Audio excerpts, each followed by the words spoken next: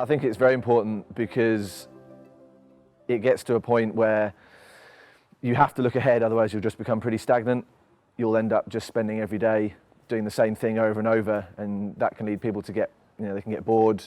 I might start looking at other projects and other things. Certainly when it's raining, I mean, I'm a very seasonal business, mountain biking, so when it's raining and no one's coming in and you haven't got any bookings and you start staring at a computer, you kind of need to keep your brain active.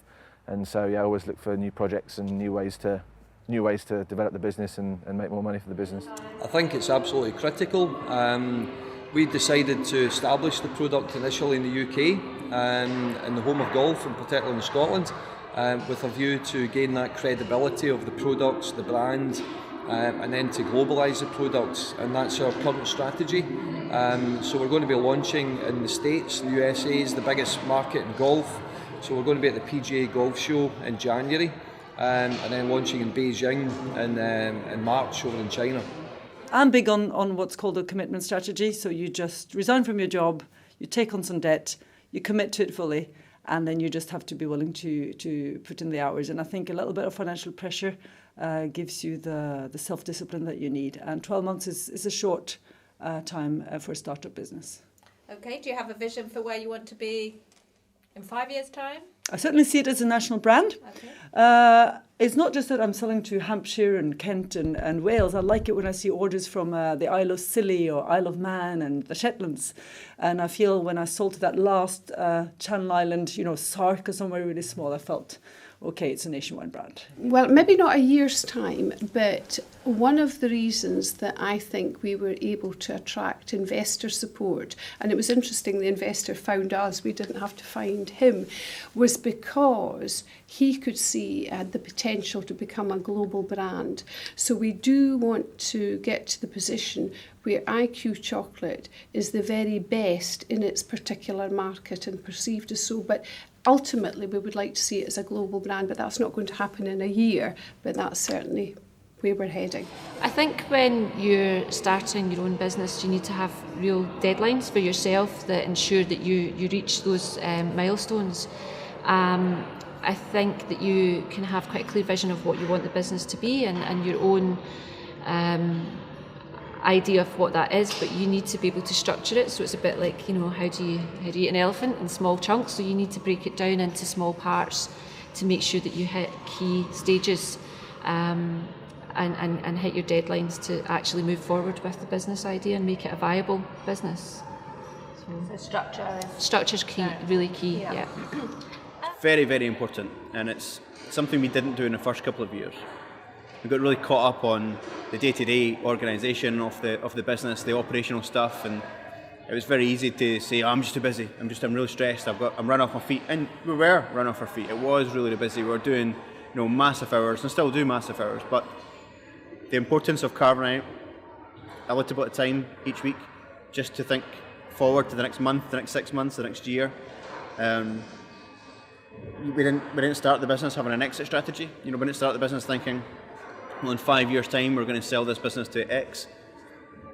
But it's important to keep on checking back with yourself to think, actually, is there an exit become available now? Is there something that I hadn't thought about that might be there at the moment? For us, there still isn't. We're still really focused on moving Burnet forward. But you don't want to miss that opportunity. If there's an opportunity to exit at the right time, then you want to make sure that you've got your eyes open for that. So, yeah, half an hour a week is all it takes. Well, here we are, virtually 2 years to the day since we launched on our first attempt at a website, which has changed quite a bit since then. So much has happened. I'm a completely different person now, I think, and the story has gone up and down the hills and round the houses. And even to this day, I think, we launched a product for teenage girls. We didn't think about the pelvic floor market or the post-maternity market at that time. It was only when we looked at who was buying them, we realised, hang on a minute, these are not young girls buying them. Obviously mums buy for their daughters, but also buy for themselves. That was quite interesting because we hadn't ever considered either of those markets. We also deliberately targeted the young girls first rather than their mums, because I think no young girl's going to touch knickers that her mother wears. They'll always be seen as, old ladies' pants. Them first, mums second. So that's how the vision changed a bit, is that you created a separate market. And are the pants different for mums and daughters, or?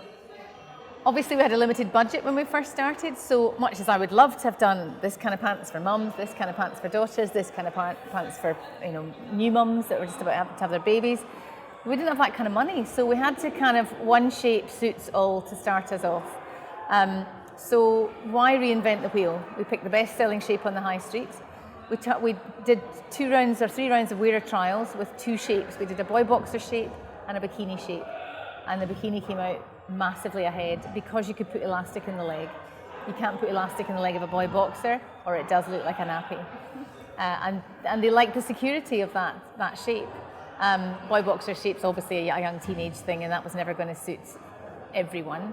But we're now at the stage that we are looking to extend to shapes 2, 3, and 4, because we've proved that it works and that everyone loves them. I get letters from women in their 70s saying, "Oh, they're lovely, dear, but they're a bit skimpy."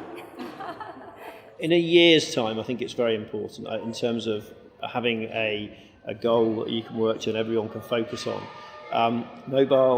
Mobile 5 years down the road, it's really hard to judge what it will be. 5 years ago when we started, mobile was in a very different place to what it is now. If you look at the moment, you see a lot of evolution of wearable technology, so smart watches, and things like, I guess, things that are woven into clothing, etc. As well as the interaction of phones and smartphones with the environment around them. And what will happen in 5 years' time? I think the vision is really be flexible about where the opportunities lie, and have a core focus and a core client base, but always be prepared to go out there and try different things, try different markets. Fail fast, I think, is a phrase that we often use. So don't be afraid to go and try out a few things, which is what we encourage our people to do.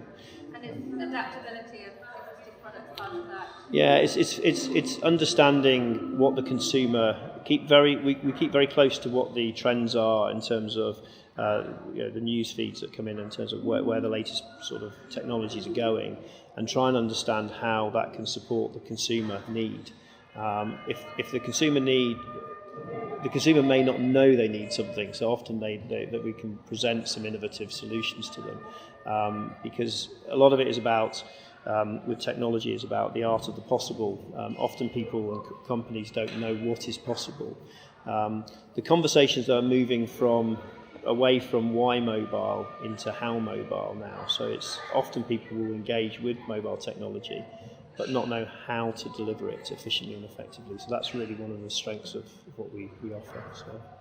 Yeah, absolutely essential. I would say 4 years ago, I would say it doesn't really matter, just do whatever. But as you learn through business, you need to know where you're going. If you don't have that vision, you can't possibly get there. So you certainly learn along the way, but it's absolutely essential. If you're not going to get to where you want to be if you don't know where you want to go.